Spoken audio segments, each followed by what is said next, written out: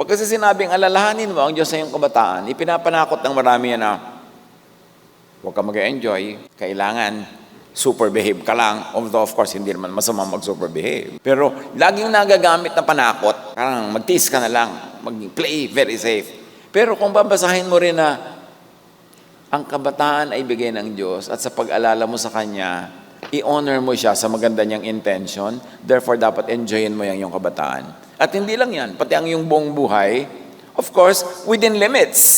Pero dapat i-maximize mo ang pleasure, maximize ang happiness, minimize pain, and, wow, sa ulo ng iba, do the most good. Yan naman ang sinasabi ng Ecclesiastes. So honor the Creator's intentions in your youth while you are young and strong, enthusiastic, zestful, and energetic, while you are willing and able to live to the fullest.